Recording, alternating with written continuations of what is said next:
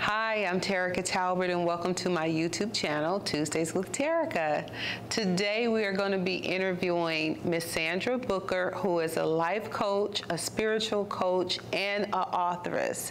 I think she's got some information that is going to be absolutely wonderful for you guys. I'm so looking forward to spending some time with her. I hope you enjoy today. Please like, share, and subscribe.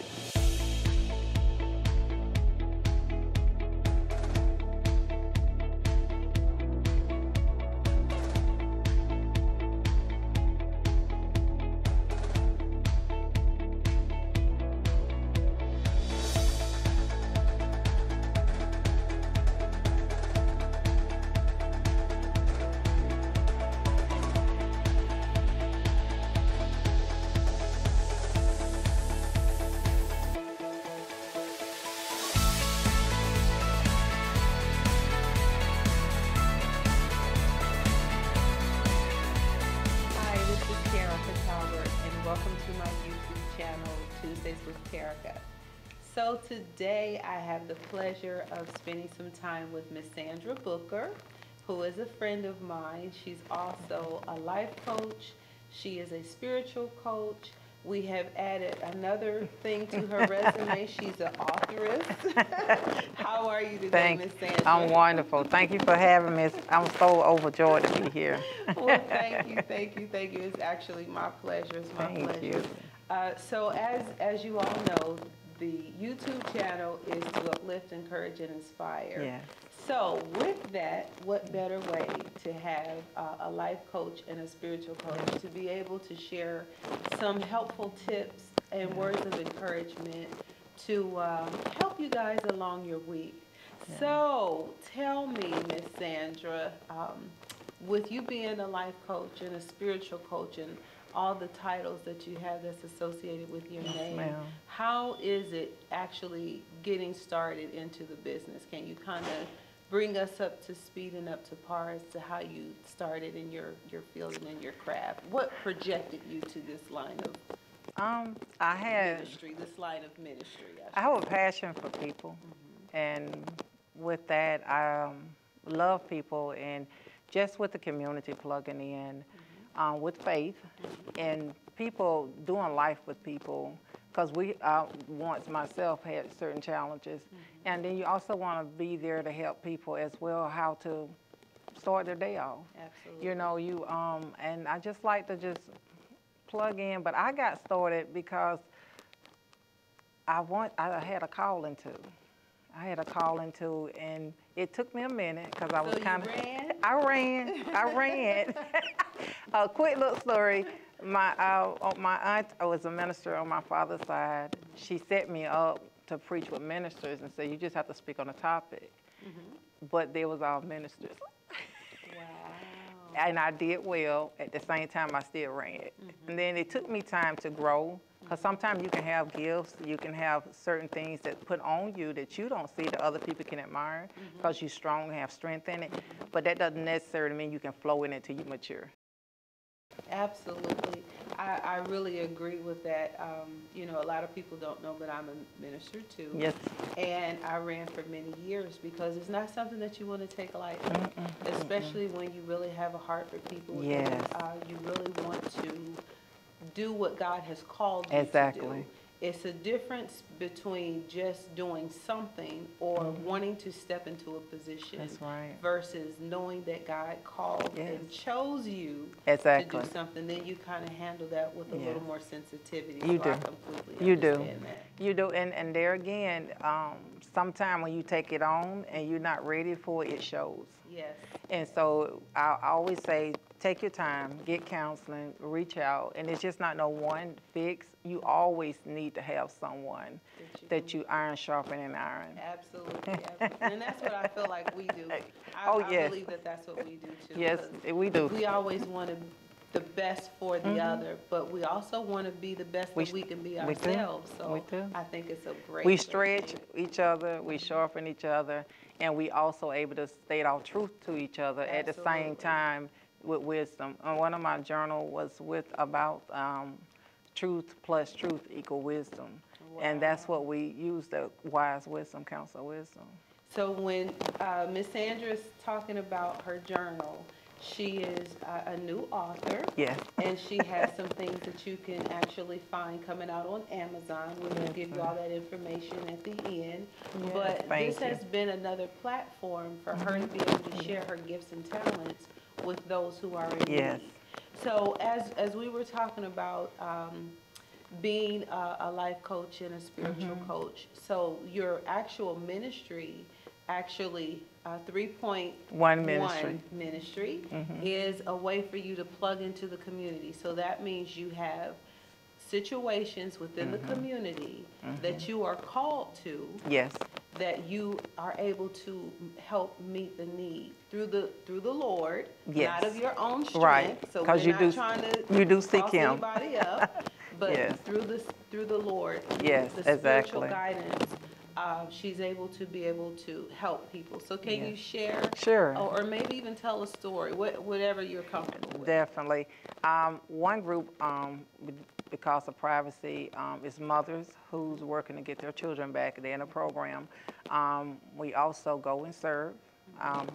We love serving, plugging in, just talking with them. Now, when you say serve, what does that mean? My ministry would support a dinner or a picnic. Okay. One group, it was just boys. I say I went and created bags for them. It was treat bags, but it was Halloween day. So just to plug in, leave it, and let them know that we're thinking about them. Just a little love for them and the staff. Also, before the pandemic, I have a senior citizen where I would go twice a year and do like a banquet, usually around Easter time, and they can invite who they want to invite, just to pamper and show love. So you just out spreading love. That's what I do. Cheer and joy. Cheer and joy. Yes, and they, but when the pandemic hit, it was different. Right when we was finna have it, we had to shut it down because they had locked everything down, and that was heartbreaking for them and myself, because you look forward for that merry moment, especially my seniors. But I'm looking forward this year being able to in April. Well, I think that's wonderful, and you'll have to tell me the time when Yes. you're ready to do it in April, and hopefully we'll be able to come and support you Yes, in that. thank you. But one of the things that you were saying was a lot of what you were able to do post-COVID, pre-COVID. Yes. What are we able to do now? Because there's a lot of people in the community who are still going through hard times. They haven't been able to kind of get back on course. So what do you, or what can you offer for that person that's still kind of in limbo? Yeah. With us coming out of COVID, you FaceTime mostly now. You definitely utilize video chats, but you can kind of meet a little more now. Just I would say in small groups. I'm still cautious.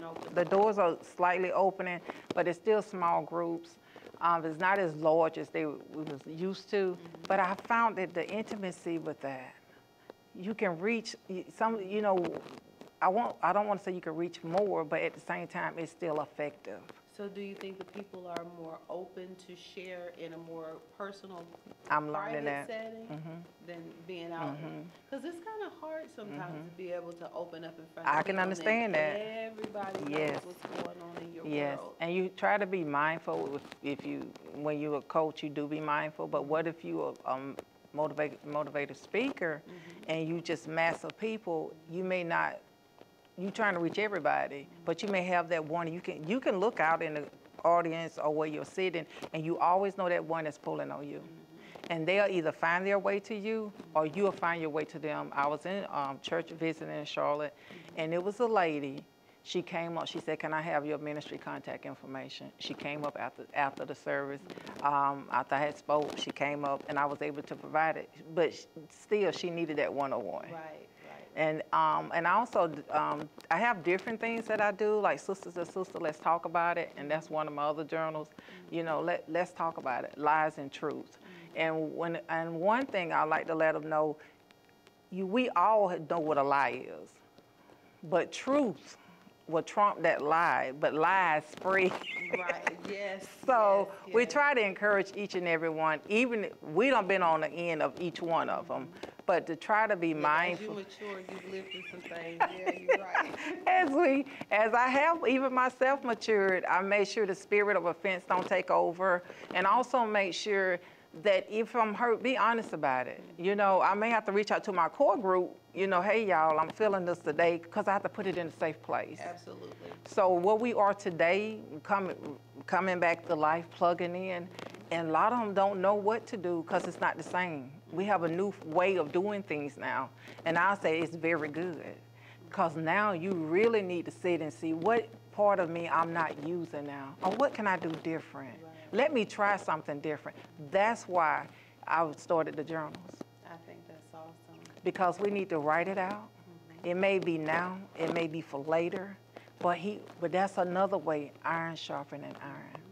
So do you feel that as you are meeting with the different groups, the different people that you are interacting with, that is there a boundary that they hold you to when it comes to being spiritual? Or are you open to allow them to be themselves? Or do you just preach one thing for them as far as salvation? For me, I was different anyway, so it worked because I'm well-rounded.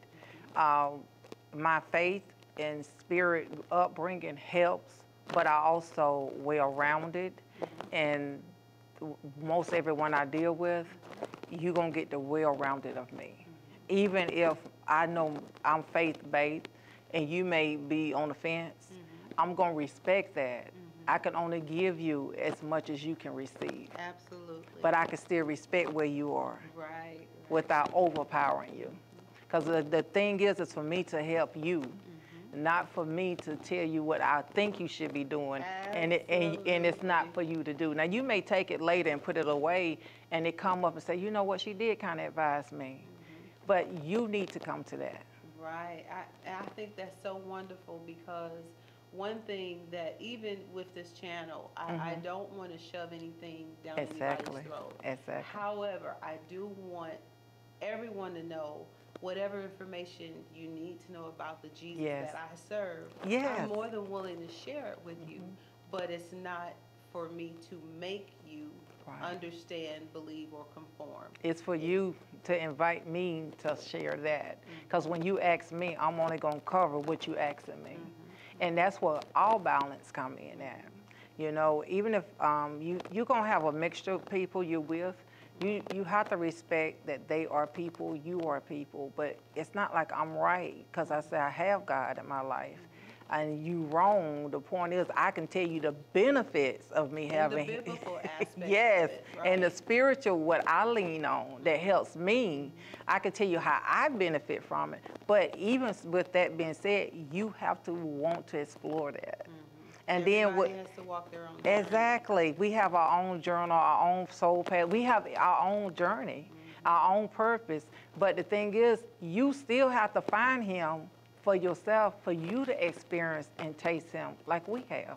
We won't find him the same way. Absolutely. I agree. I agree. But again, I always tell them it's one word, one faith, and one Savior. Absolutely. Absolutely. That is so awesome.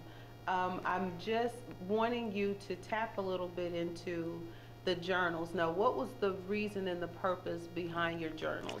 Since now, you know, I've got a friend that's an authoress, you know, and I'm so proud of you, because I know that you know my journey. It hasn't been an easy process, and I'm sure it's not for a lot of people, but because it was something on your heart, and because it was something that you really felt that the Lord was strongly leading you to. Share with the people how the different ones that you have and what's led you to that. I always kept journals since I was young, and I have a lot. Do you recommend that? I recommend that. That's great therapy till you can get to your therapist. And I do recommend therapists.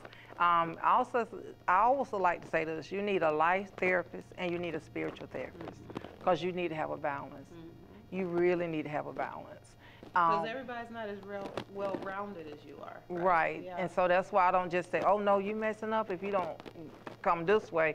But at the same time, I recommend both, because I know if you get both, I already know what's gonna happen, but I need you to be, step out. Right. But now the journals came because I did face challenges in my life. I became a mom at 22, married at 22. My life changed. I was in college. My life changed. Now it wasn't too much, but it still changed. And it was things, I had questions inside of me. I was growing. We was in one faith or denomination, but God called me in another.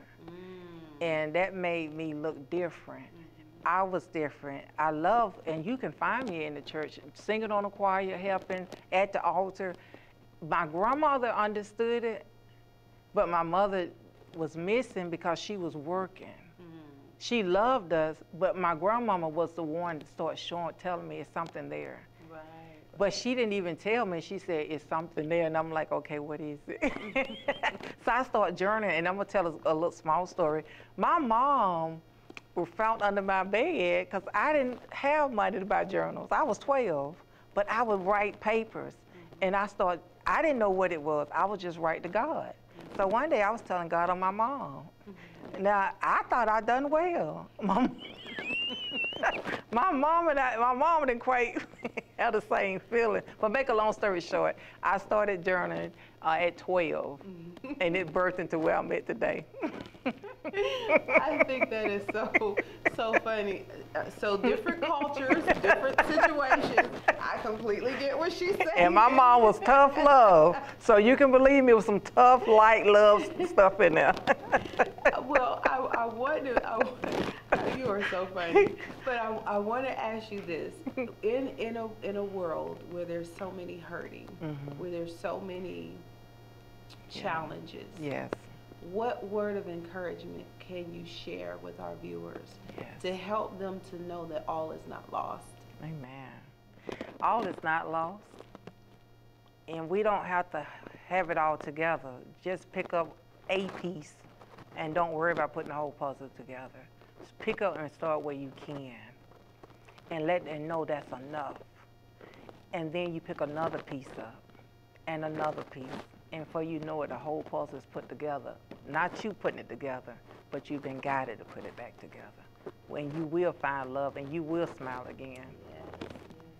And if someone needed your services, if someone wanted to reach out to you, to hire you, to get your books, to be able to share, to just kind of know where to go and how to figure out this thing called life, how can they do that? I can be reached at Inspired 3.1 at cheerful.com.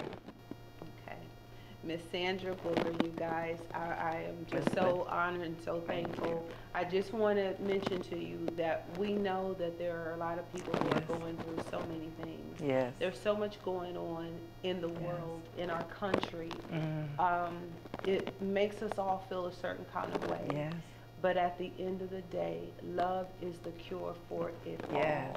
And if you're not in a place or in a position where you're able to experience that love, or you're able to share that love, just because you're so burdened down or just so full with life, reach out to somebody.